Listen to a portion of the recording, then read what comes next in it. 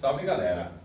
Nesta parte vamos falar sobre as principais ametropias que podem ser corrigidas com lentes esféricas. Nesse caso temos, em primeiro momento, a hipermetropia, também muito conhecida por pessoas de mais idade, por precisarem usar óculos de leitura ou para descanso, que eles chamam, né? Enfim, o que você tem que entender sobre a hipermetropia? A hipermetropia ela é conhecida como um problema de olho pouco convergente. Então, qual é o problema que nós temos em primeiro momento? Que o nosso sistema, o conjunto córnea mais cristalino, ele não está desempenhando o papel dele, ou seja, ele não é um conjunto superconvergente, ele é um conjunto pouco convergente.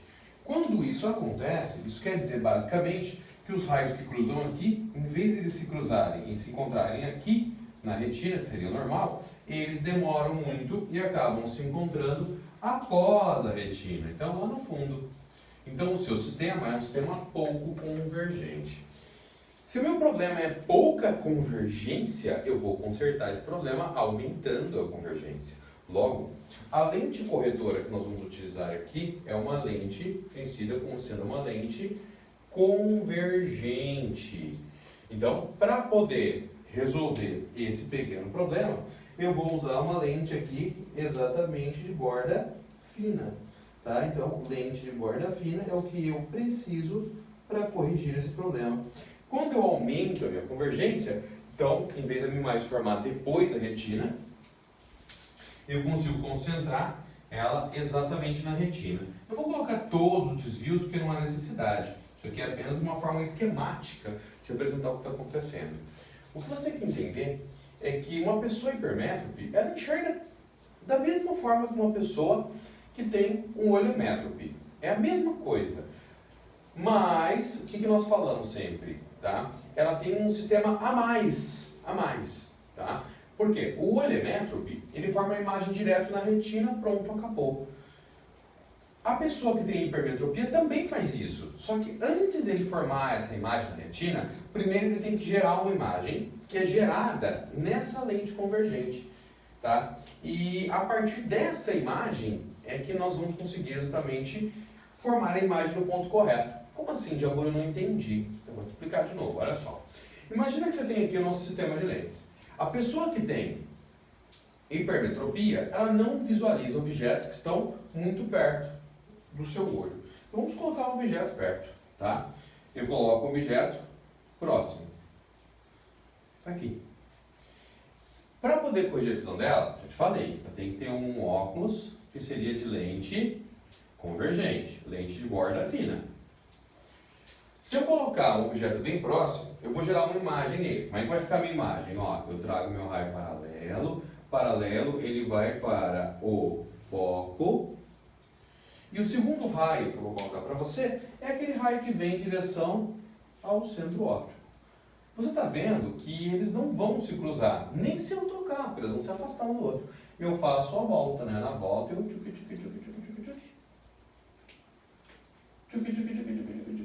cruzou, pronto, formei uma imagem. Nesse caso, o problema do hipermétrope é que o objeto estava muito próximo. Logo, eu jogo uma imagem e essa imagem vai se formar mais afastado do olho. E aí o hipermétrope consegue visualizar o objeto. Quando isso acontece, essa imagem se torna, essa imagem que foi gerada, que vamos deixar bem claro, é uma imagem cuja natureza, formou do prolongamento, é uma imagem que nós chamamos ela de imagem virtual. Aqui, imagem virtual. O tamanho dela, bem, ela ficou bem maior do que o objeto, então o tamanho é maior. A orientação, ela está para o mesmo lado, objeto para cima, imagem também para cima, logo essa imagem é uma imagem direta, certo? Maravilha. Então, essa seria a nossa imagem gerada do objeto que você não estava enxergando. Fui ler o meu livro, ficou muito próximo, não enxerguei, automaticamente eu coloquei meu óculos. Ele gerou uma imagem mais afastada, e aí essa imagem vira um objeto virtual. Para que o teu olho, que seria córnea, cristalino, projete a imagem do fundo do olho, e aí você vai ter a tua imagem no local certo. É o que eu falei. A pessoa hipermétrope, ela tem duas imagens geradas. A primeira pelo óculos, a segunda pelo olho na retina. E aí ele consegue visualizar corretamente. Então, essa seria a ideia. A distância que você tem aqui, os pesos, pelinhas, continuam sendo baseados na mesma história. Tá? A distância que eu tenho, ó, do objeto até a lente, continua sendo chamado, nesse caso, pela letra P. Tá? E a distância da imagem até essa lente continua sendo chamado de pelinha. Só que alguns pontos têm que ser observados com mais carinho. Primeiro ponto, a imagem é virtual. Toda imagem que é virtual, ela tem um pelinha negativo. Começa por aí. Segundo ponto, quando nós falamos em hipermetropia, você tem que entender que o nome desse pelinha é chamado de PPH. Recebe o nome próprio. Mas já por que é isso? Tá. O nome PPH significa ponto próximo. Ponto próximo hipermétrope. Hipermétrope. Significa o ponto mais próximo que aquele hipermétrope consegue enxergar.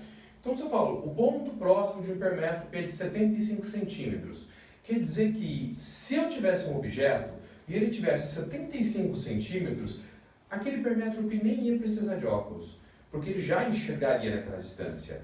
Mas, se ele trouxer uma distância menor do que 75, automaticamente ele precisaria do óculos para gerar uma imagem no ponto próximo ao hipermétrope, que é a distância que o hipermétrope enxerga. Tá? Outro ponto muito interessante. Tá? Quando nós observamos dessa maneira, nós substituímos na equação, que nós chamamos de equação dos pontos conjugados. E é muito comum a gente mudar alguns pequenos detalhes. Vou te mostrar. Por exemplo, nós falamos que essa lente, ela tem um certo grau, né? O famoso popular grau. Na verdade, na física, isso se chama convergência e ela é calculada como sendo o inverso da distância focal. Lembra que isso está em metros, lógico. Tá? Quando nós substituímos, nós começamos o seguinte. 1 sobre F é a convergência. Então, uma pessoa que tem hipermetropia precisa de um óculos cuja grau, cuja convergência seria T. Aí eu chamo 1 sobre F de C. 1 sobre P. Vamos lá. É muito comum você chamar a distância mínima que o objeto pode ficar no olho de ponto próximo normal. Quanto vale? Ele tem um valor médio, tá? Não é engessado, mas é interessante você ter essa noção. Tá? O ponto próximo normal, tá? A distância do objeto, a menor distância que qualquer pessoa poderia enxergar, inclusive quem não usa óculos, seria de 25 centímetros. Esse é o ponto médio, que seria de 0,25 metros. Sistema Internacional de Medidas. Logo, eu vou substituir o meu P aqui por 0,25.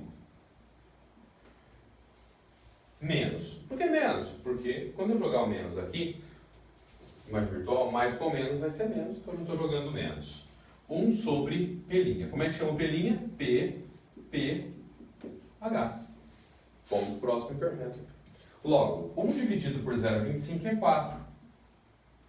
Menos 1 sobre ponto próximo hipermétrope. Então, caso você encontre por aí essa relação matemática, você já sabe de onde ela veio. Ela veio da equação dos pontos conjugados. Jabor, você me aconselha a guardar essa equação? Não, não te aconselho. Por que não? Porque se eu quiser te sacanear, se eu quiser atrapalhar o teu vestibular, se eu quiser atrapalhar teu raciocínio, basta dizer que uma pessoa tem ponto próximo normal de 20 centímetros. Acabei. Quebrei tuas duas pernas. Por quê? Se fosse 20 centímetros, aqui seria 0,20. 1 dividido por 0,20 dá 5. Aí seria 5 menos esse restante. E aí, você que decorou a equação, não saberia disso. Simplesmente falar, eu já sei que cada hipermétrope eu uso essa equação. Sim, ainda não faça isso. Tenha noção de onde vem.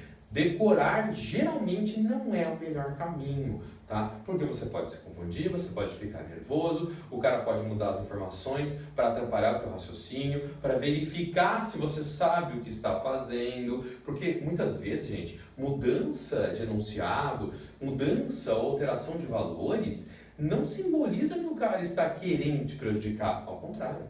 Ele está querendo testar quem realmente está apto a ser aprovado numa faculdade, a ingressar em determinados cursos que exigem um conhecimento muito grande. Beleza? Galera, então essa daqui seria hipermetropia.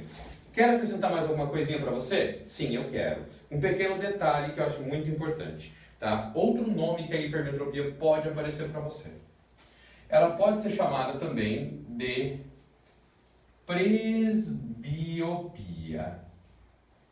Presbiopia. Presbiopia é a mesma coisa que a hipermetropia na prática. Na teoria, dá-se o nome de presbiopia, que a gente chama de hipermetropia de velho. Tá? Por quê? Isso está errado, tá, gente? Vamos deixar bem claro, isso está errado. A presbiopia é chamada de doença de velho porque geralmente, com o passar dos anos, o cristalino ficava enrijecido e devido a esse enrijecimento, você tinha um problema de visualizar objetos próximos e o nome desse enrijecimento é chamado de presbiopia.